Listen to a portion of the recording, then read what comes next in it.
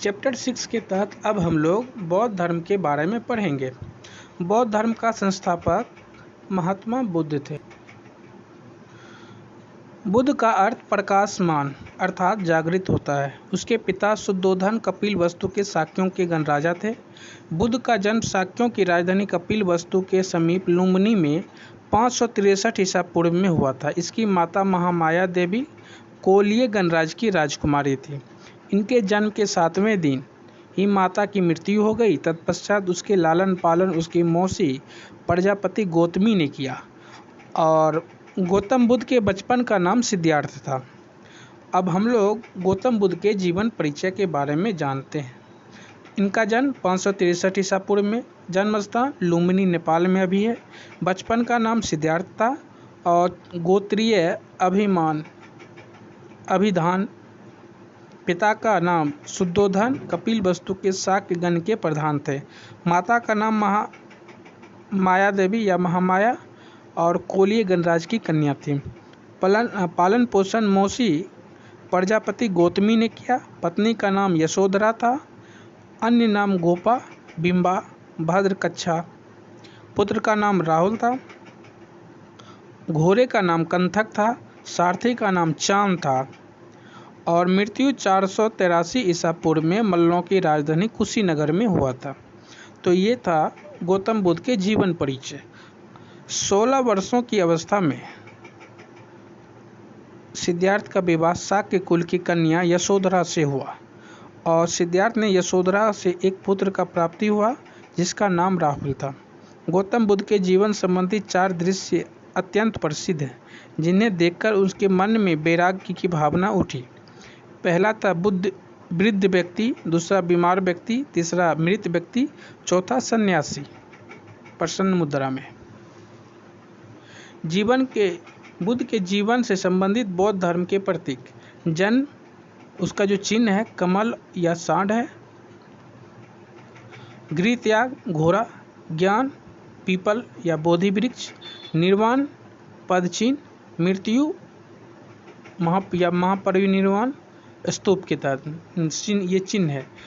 सिद्धार्थ ने 29 वर्ष की अवस्था में सांसारिक समस्याओं से व्यथित होकर गृह त्याग दिया। इसको बौद्ध धर्म में महाविष्कर्मण कहा जाता है। बौद्ध सर्वप्रथम अनुप्रिया नामक आम्र उद्यान में कुछ दिन रुके।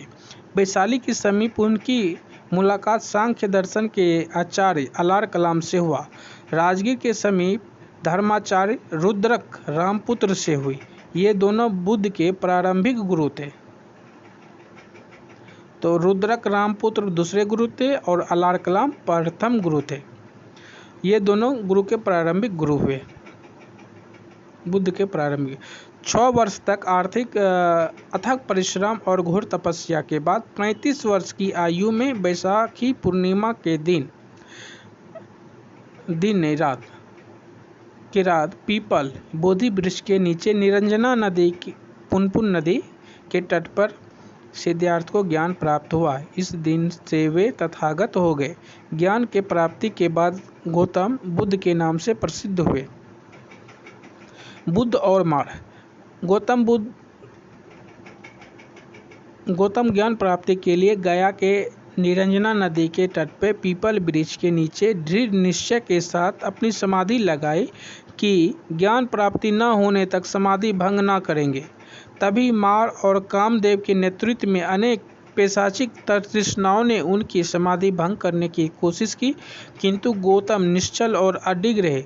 8वें दिन उन्हें ज्ञान प्राप्त हुआ और वे बुद्ध कहलाए। धर्मचक्र प्रवर्तन। उरुगवेला वर्तमान बोध गया से सारनाथ आए और यहाँ पे 5 ब्राह्मण सन्यासियों को अपना पहला उपदेश दिया, जिसे बौद्ध ग्रंथ में धर्मचक्र परिवर्तन के नाम से जाना जाता है। बुद्ध ने सर्वप्रथम तपस्सु भल्लिक नामक 2 शूद्रों को बौद्ध धर्म का अनुयायी बनाया। बुद्ध के राजगृह पहुंचने पर बिंबिसार ने उसका स्वागत किया। बेनुबन विहार दान में दिया। राजगृह में ही सारिपुत्र, महामोगदलायन, उपाली उभय इनके शिष्य बने।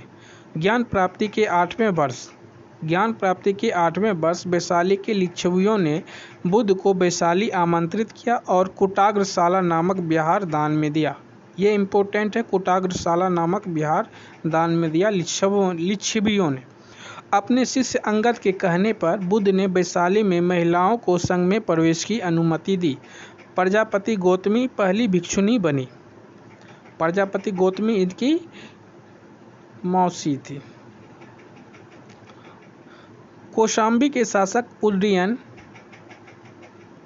उदायन बौद्ध भिक्षु पिंडोला भारद्वाज के प्रभाव से बौद्ध बन गया और घोषिताराम बौद्ध भिक्षु संघ को प्रदान किया।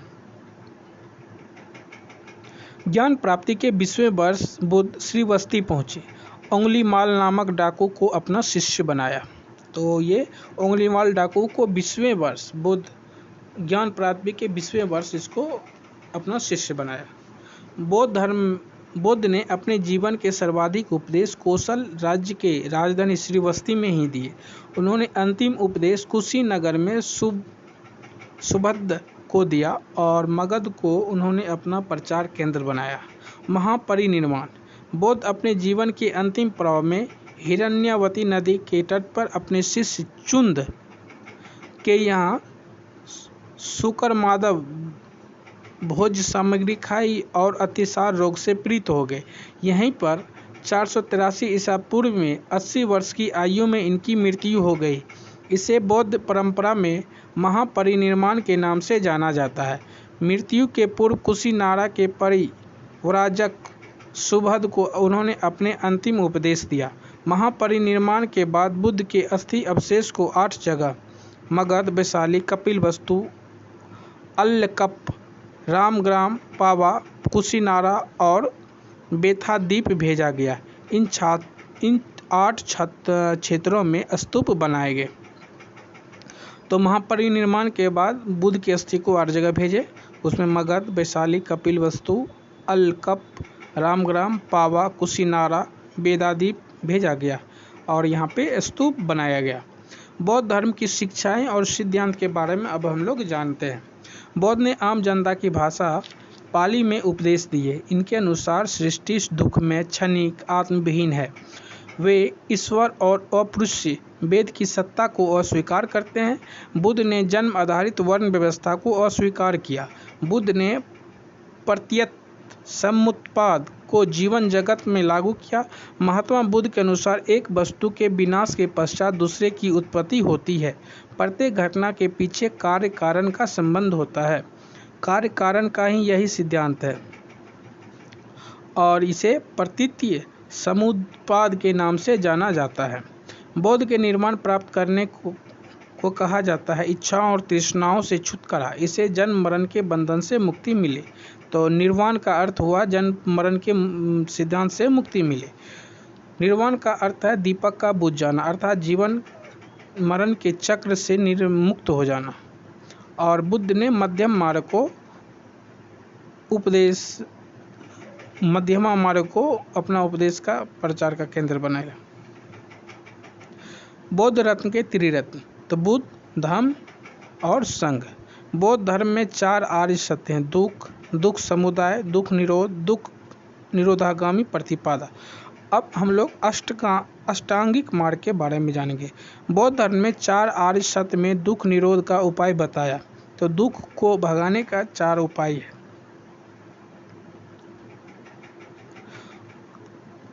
इसे मध्यमा प्रतिपादा या मध्यम मार्ग भी कहते हैं।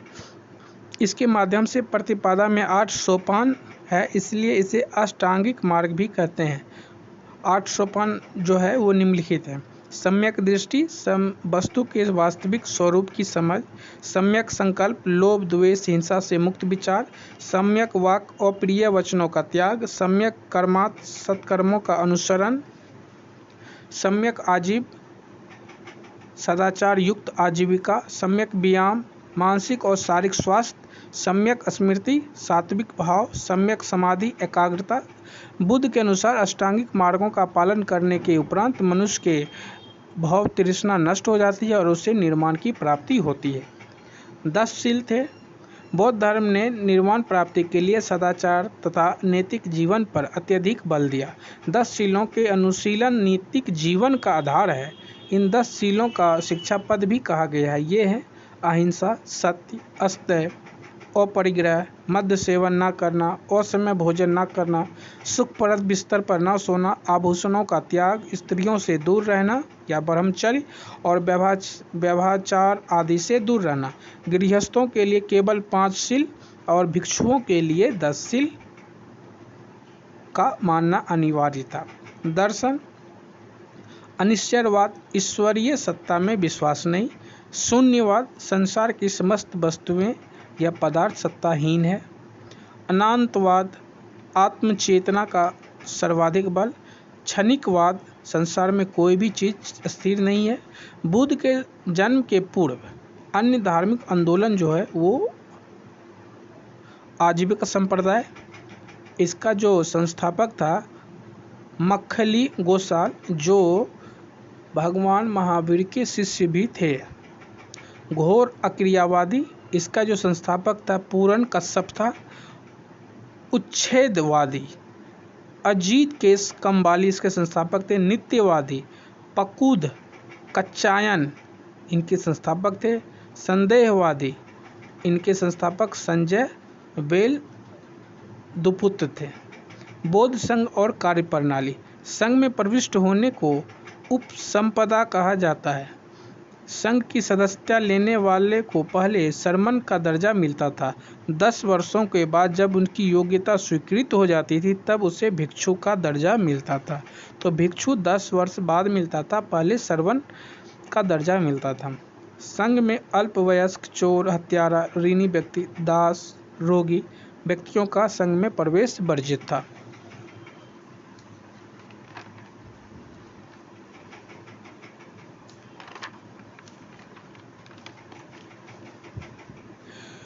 बौद्ध धर्म की संरचना गणतंत्र प्रणाली पर आधारित थी। बौद्ध धर्म का दरवाजा हर जातियों के लिए खुला था। बौद्ध धर्म ने वर्ण व्यवस्था और जाति प्रथा का विरोध किया। संघ की सभा में प्रस्ताव का पाठ होता था। प्रस्ताव पाठ को अनुशासन कहा जाता था। सभा की वैध कार्रवाई के लिए न्यूनतम संख्या 20 थी। प्रत्येक 15वें दिन पूर्णिमा या अमावस्या को सायं उपोषित नामक सभा होती थी, जिसमें पातिमोक्ष का पाठ किया जाता था। इन सभा में प्रत्येक सदस्य इसके माध्यम से स्वयं नियमों का उल्लंघन को स्वीकार करता था। गंभीर अपराधों पर वयस्क और वृद्धों की समिति विचार करती थी।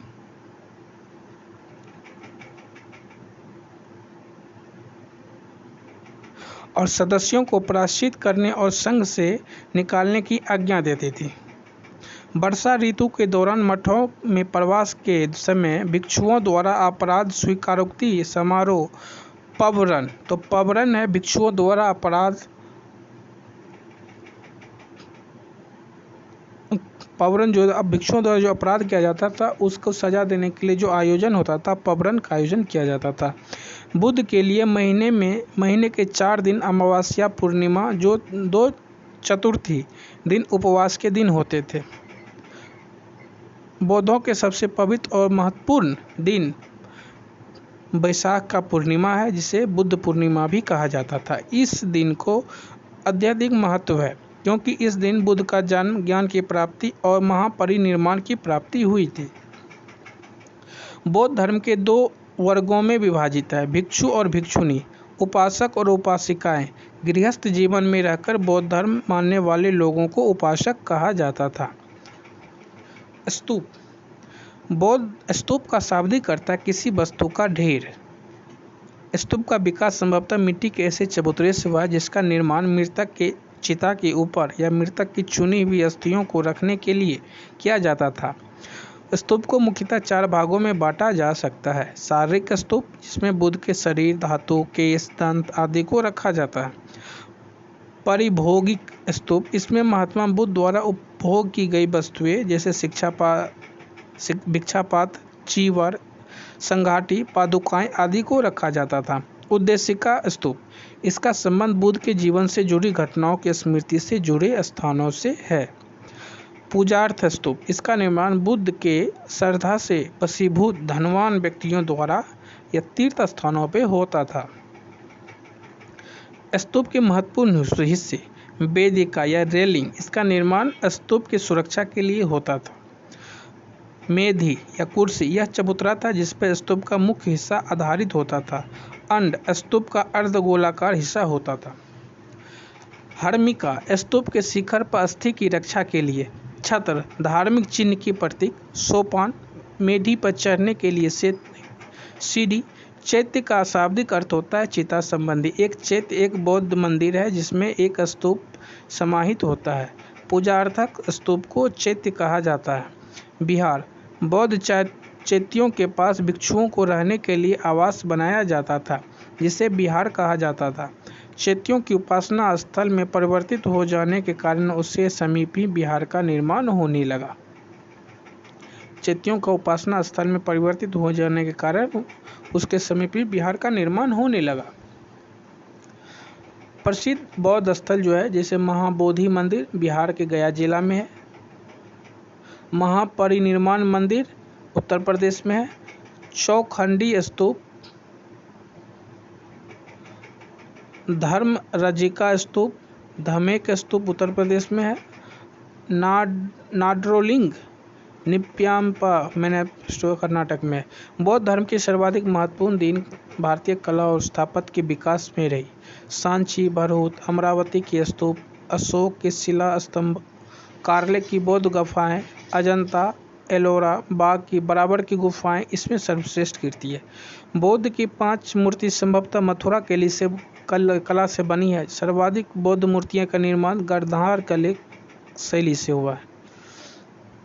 प्रथम मूर्ति मथुरा केली उस समय विकसित थी, बाद में गांधार शैली का विकास हुआ और बुद्ध की निर्माण ज़्यादातर मूर्ति गांधार शैली से ही बनी हुई है। बौद्ध संगतियों के बारे में अब हम लोग अध्ययन करेंगे।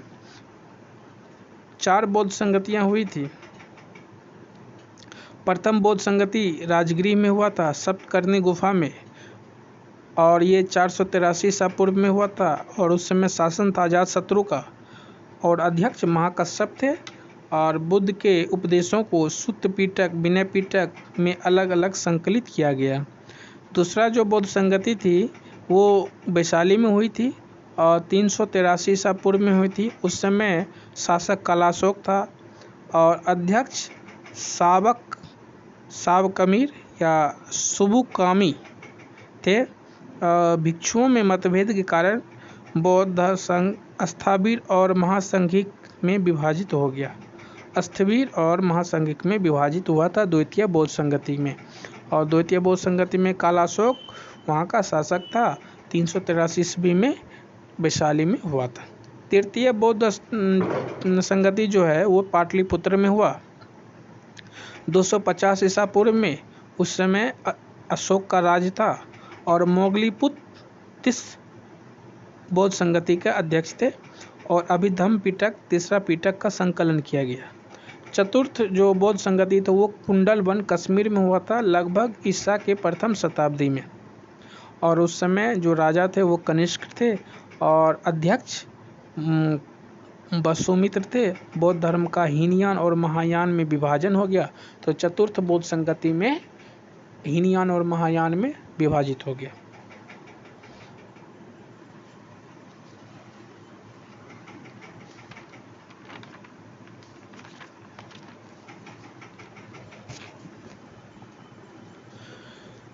हीनयान और महायान में अंतर।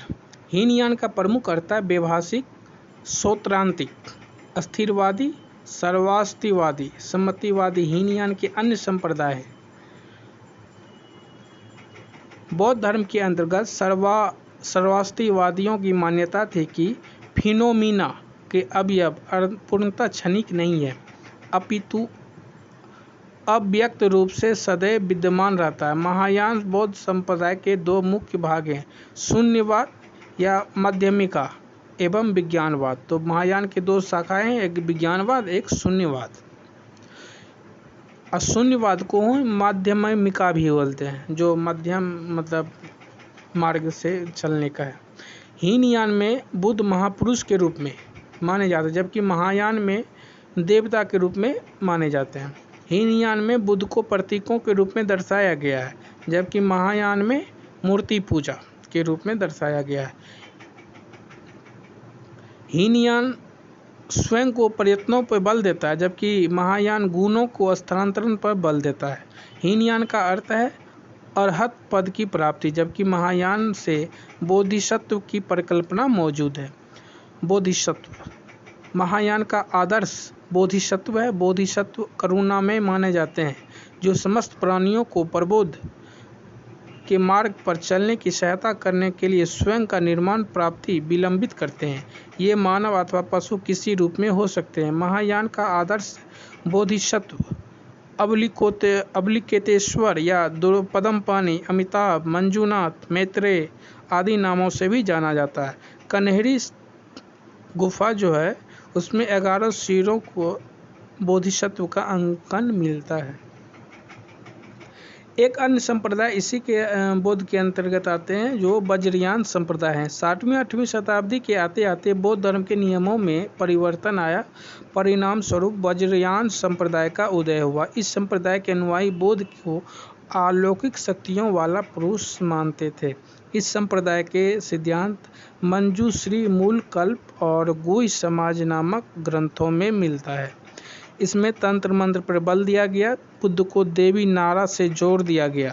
वज्रयान साधु गुह्य साधना का प्रयोग करने लगे और पंचमार्ग, मद, मांस, मिथुन, मत्स्य, मुद्रा की साधना करने लगे। वज्रयान संप्रदाय के अंतर्गत 10वीं शताब्दी में एक अन्य संप्रदाय काल चक्रायन अस्तित्व में आया। इसमें सर्वोच्च देवता श्री काल चक्र को माना गया और यह संप्रदाय तिब्बत और चीन में विशेष रूप से प्रचलित हुआ। तो काल चक्रायन तिब्बत और चीन में ज़्यादातर है। अब हम लोग बौद्ध साहित्य के बारे में पढ़ेंगे। महात्मा बुद्ध के महापरिनिर्वाण के उपरांत आयोजित विभिन्न बौद्ध संगतियों के संकलित किए गए त्रिपिटक संभवतः सर्वाधिक प्राचीन धर्म ग्रंथ हैं। ये त्रिपिटक है सुत्त पिटक, विनय पिटक, अभिधम्म पिटक,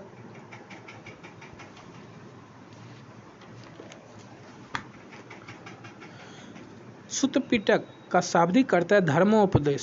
सुत्त पिटक में बौद्धों के सिद्धांतों का उल्लेख है। यह पिटक 5 निकायों में विभाजित है। दीर्घ निकाय, इसमें महात्मा बुद्ध के जीवन के आखिरी समय, अंतिम उपदेश, मृत्यु, अंत्योष्टि का वर्णन मिलता है दीर्घ निकाय में। मांझिम निकाय, इसमें महात्मा बुद्ध को कहीं साधारण मनुष्य तो कहीं अलौकिक शक्ति वाले देव के रूप में वर्णित किया गया है। संयुक्त निकाय, यह गद्य और पद्य दोनों शैलियों में प्रयोग वाला यह निकाय अनेक संयुक्तों के संकलन मात्र है।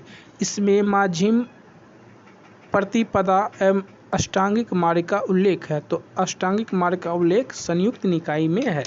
अंगुत्तर निकाय, अंगुत्तर निकाय में महात्मा बुद्ध द्वारा भिक्षुओं को उपदेश में कही जाने वाली बातों का वर्णन है। इसमें 6ठी ईसा शताब्दी पूर्व में 16 महाजनपदों का भी उल्लेख है अंगुत्तर निकाय में।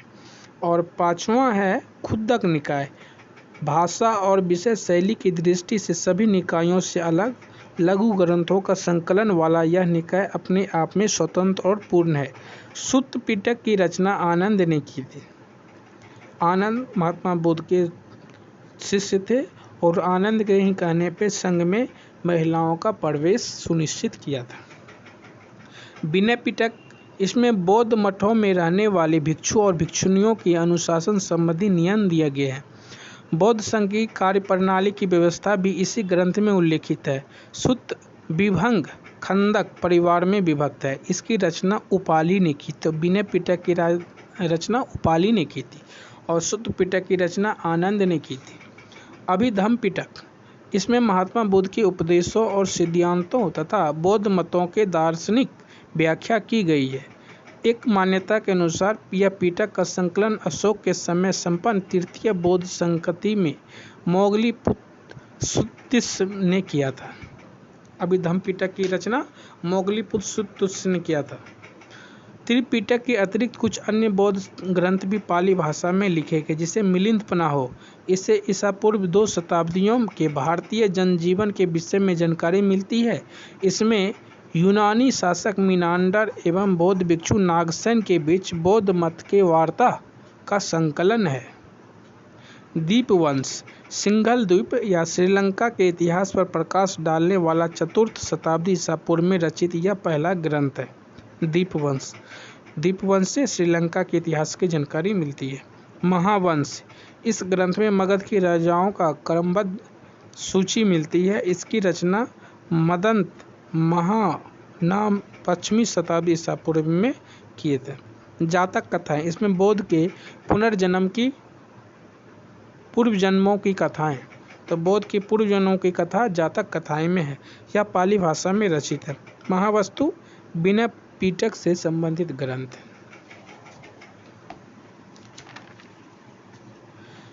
बुद्ध की प्रमुख मुद्राएं।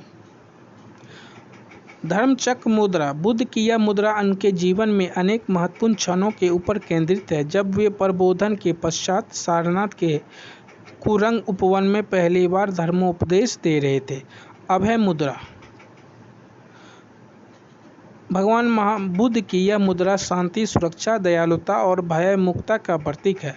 भूमि स्पर्श मुद्रा, यह बुद्ध की भाव भांगनी बोध गया में उनके ज्ञान प्राप्ति प्रबोधन के संकेतक है। ज्ञान मुद्रा, बुद्ध के अंगूठे के स्पर्श से चक्र का निर्माण और हथेली से सीने को स्पर्श ज्ञान मुद्रा को प्रदर्शित करता है।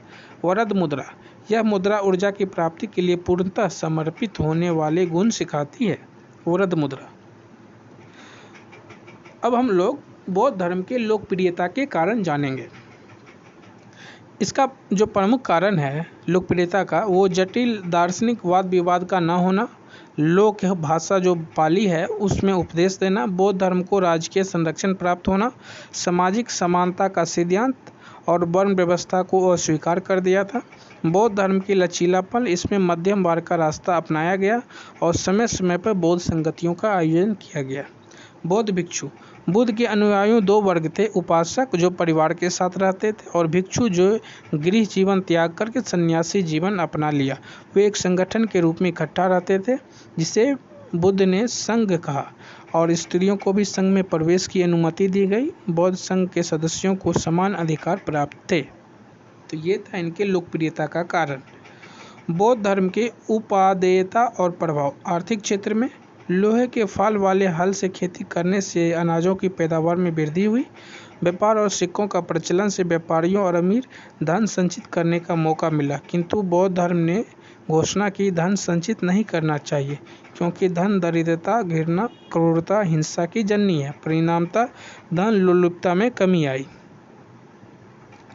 और इसका जो दूसरा प्रभाव हो सामाजिक क्षेत्र पे, बौद्ध धर्म में स्त्रियों शूद्रों के लिए अपने द्वार खोलकर समाज पर गहरा प्रभाव जमाया। जिसने भी बौद्ध धर्म अपनाया उसे हीनता से मुक्ति मिली। राजनीतिक क्षेत्र में जिस शासक ने बौद्ध धर्म स्वीकार किया, चाहे वह समकालीन हो या परवर्ती, अपने नीति में अहिंसा का एक नीति के रूप में लागू किया। जैसे अशोक ने बौद्ध धर्म स्वीकार कर धम्म नीति के अनुसरण किया और लंबे समय तक शांति के साथ अपने राज्य पर शासन किया।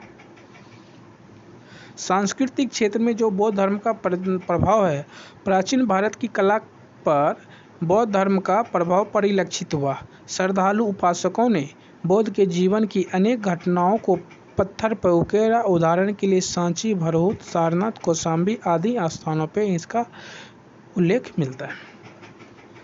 बौद्ध धर्म के पतन के कारण। बौद्ध धर्म के पतन के निम्नलिखित कारण थे। बौद्ध धर्म में ब्राह्मणवादी क्रियाकलापों का समावेश हो गया क्योंकि बुद्ध को ब्राह्मणों ने विष्णु का अवतार मानकर वैष्णव धर्म में समाहित कर लिया। अतः बौद्ध धर्म ने अपनी विशिष्ट पहचान खो दी। तो बौद्ध धर्म में ब्राह्मणवादी क्रियाकलापों का जैसे ही समावेश हो गया और बुद्ध को खासकर ब्राह्मणों ने विष्णु का अवतार मानकर वैष्णव धर्म में समाहित कर लिया, जिससे बौद्ध धर्म जो अपने वास्तविक अस्तित्व को पहचान खो दी। बौद्ध धर्म में कर्मकांडों का प्रारंभ हो गया, अनुष्ठान और विधान का, वो भी इसका पतन का प्रमुख कारण है। बौद्ध भिक्षुओं को आम लोगों से दूर जाना, पाली भाषा त्याग कर संस्कृत को अपनाना बौद्ध धर्म का पतन का कारण बना, और यही कारण भी जैन धर्म का भी पतन का कारण बना था। आम लोगों से दूर जाना। बौद्ध मठों में अत्यधिक धन संचय होने के कारण यह अकर्मण्यकारी का भी शिकार हुआ। राजकीय संरक्षण का अंत। शैव धर्म से बौद्ध धर्म की प्रतिद्वंदिता हुई और बंगाल के शैव शासक शशांक ने बोध गया में बोधि वृक्ष को कटवा दिया था। तो शैव धर्म भी प्रतिद्वंदी बौद्ध धर्म का हो गया। बाद में शैव शासक जो भी थे जैसे शशांक, बोध गया में बौद्ध वृक्ष को कटवा दिया। बौद्ध धर्म और जैन धर्म में समानता और असमानताएं के बिंदु। दोनों धर्मों के संस्थापक क्षेत्रीय कुल के थे। दोनों धर्म में वेदों की प्रमाणता पर अनास्था थी।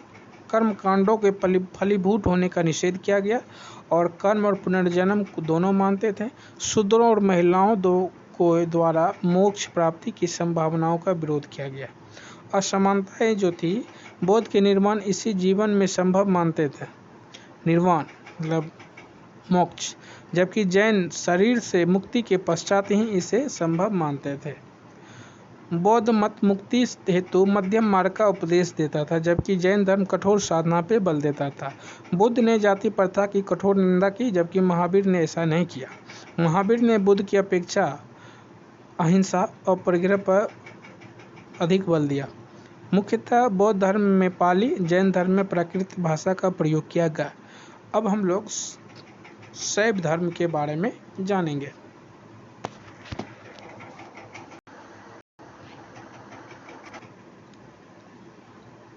शिव का अर्थ होता है शुभ, कल्याण, मंगल। शिव की पूजा करने वालों को शैव कहा जाता है। इससे संबंधित धर्म शैव धर्म कहलाता है। शिवलिंग उपासना की प्रारंभिक पुरातात्विक साक्ष्य हड़प्पा संस्कृति से प्राप्त अवशेषों से मिलता है। शिवलिंग का उल्लेख 2वीं सदी ईसा पूर्व में पतंजलि के महाभाष्य से मिलता है। ऋग्वेद में शिव के लिए रुद्र नामक देवता का उल्लेख मिलता है। अथर्ववेद में शिव को सर्व पशुपति भूपति कहा गया है। लिंग पूजा का स्पष्ट वर्णन मत्स्य पुराण में मिलता है। प्रमुख शैव संप्रदाय। वामन पुराण में शैव संप्रदाय की संख्या 4 बताई गई है। एक पाशुपात, कपालिक, कालामुख, लिंगायत। पाशुपात संप्रदाय शैवों में सर्वाधिक प्राचीन संप्रदाय है। पाशुपात, इसके संस्थापक लकुलिस थे। लकुलिस पाशुपात संप्रदाय के संस्थापक थे। इसमें शिव के 18 अवतारों को एक माना है और इसके मत के अनुयायियों को पंचार्थिक कहला है। इस संप्रदाय के प्रमुख सिद्धांत पाशुपात्र सूत्र है। नेपाल के काठमांडू के पशुपतिनाथ मंदिर इस मत का प्रमुख केंद्र है। पाशुपात। कपालिक, इस संप्रदाय के इष्ट देव भैरव थे। इष्ट देव मतलब कापालिक का जो इष्ट देव था वो भैरव था। इस संप्रदाय का प्रमुख केंद्र श्री शैल नामक स्थान था। ये लोग तामसिक क्रियाओं के द्वारा उपास्य देव को प्रसन्न करते थे। इस संप्रदाय के अनुयायी आसुर प्रवृत्ति के होते थे। ये लोग सूरा और नवदय अर्पित कर भैरव की उपासना करते थे। कालामुख, कपालिक संप्रदाय से ही मिलता जुलता शैव धर्म का ये एक संप्रदाय था। इस संप्रदाय के अनुयायी भी तामसी प्रवृत्ति के थे। कपालिकों की अत्यधिक भयंकर प्रवृत्ति वाले होते थे। ये लोग नर कपाल में भोजन करते थे, शरीर पर चिता का भस्म मलते थे और मदिरा का सेवन करते थे। शिव पुराण में इस संप्रदाय के अनुयायियों को महाव्रतधर कहा गया है। अब हम लोग चौथा संप्रदाय जो है वो लिंगायत है। इस संप्रदाय दक्षिण भारत में प्रचलित है, विशेषकर कर्नाटक में।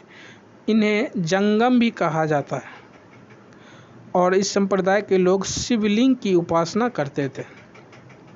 इस संप्रदाय के अनुयायी का विश्वास है भक्ति ही एक ऐसा साधन है जिसके द्वारा मोक्ष की प्राप्ति की जा सकती है। कुषाण शासकों की मुद्रा पर शिव और नंदी का एक साथ अंकन प्राप्त होता है। तो कुषाण शासक के मुद्रा पर सिक्कों के शिव और नंदी का एक साथ अंकन प्राप्त होता है।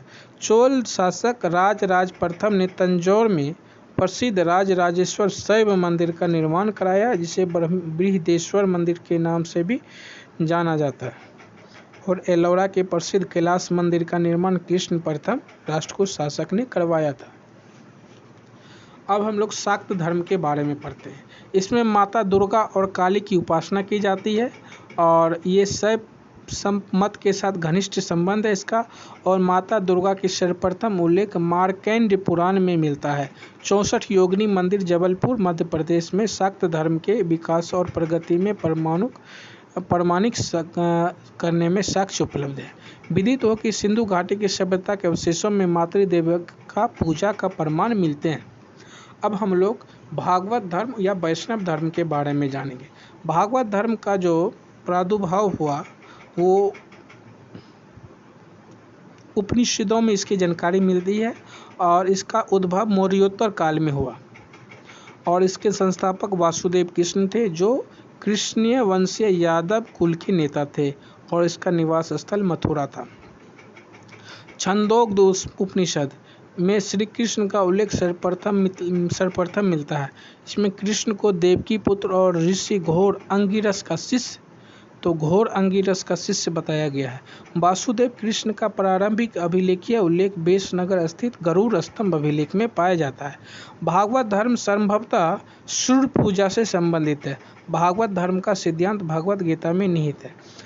महाभारत काल में कृष्ण की तादात्म्य विष्णु से किए जाने के कारण यह वैष्णव धर्म कहलाया। मेगास्थनीज ने कृष्ण को हेराक्लीज के नाम से उल्लेखित किया है। जैन धर्म ग्रंथ उत्तराध्ययन सूत्र में वासुदेव जिन्हें केशव नाम से पुकारा गया है।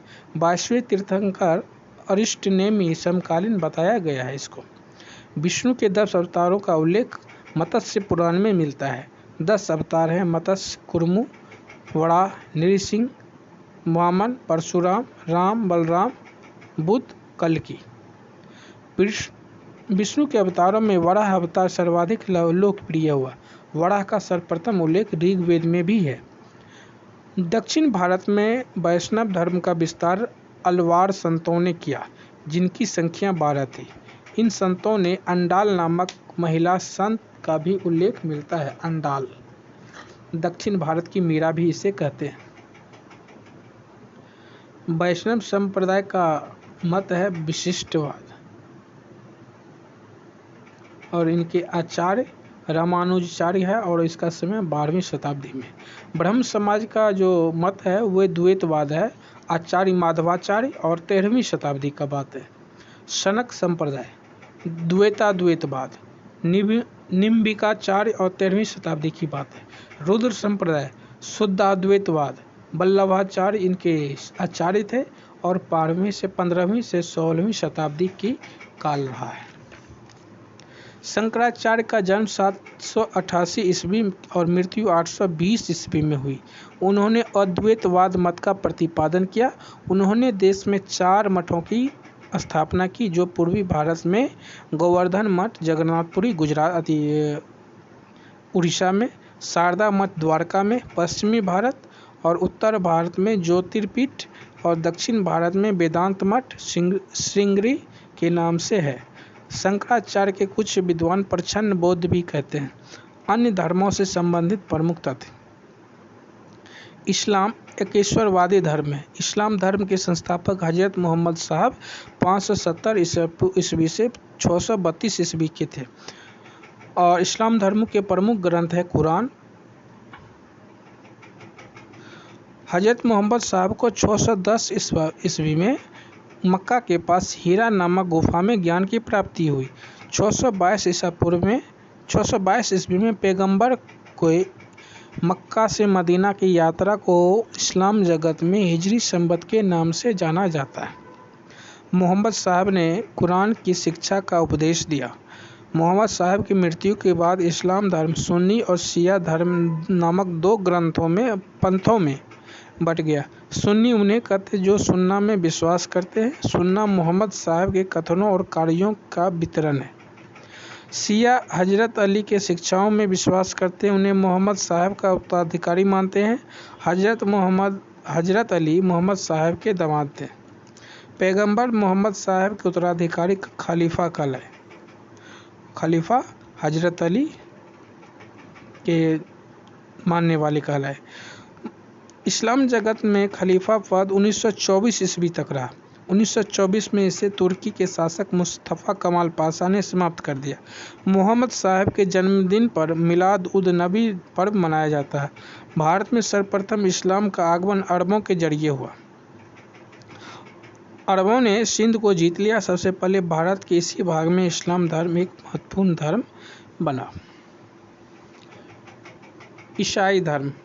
ईसाई एक ईश्वरवादी धर्म है, लेकिन ईसाई लोग ईश्वर के त्रियक के रूप में समझते हैं, परमपिता परमेश्वर, उनके पुत्र ईसा मसीह और पवित्र आत्मा।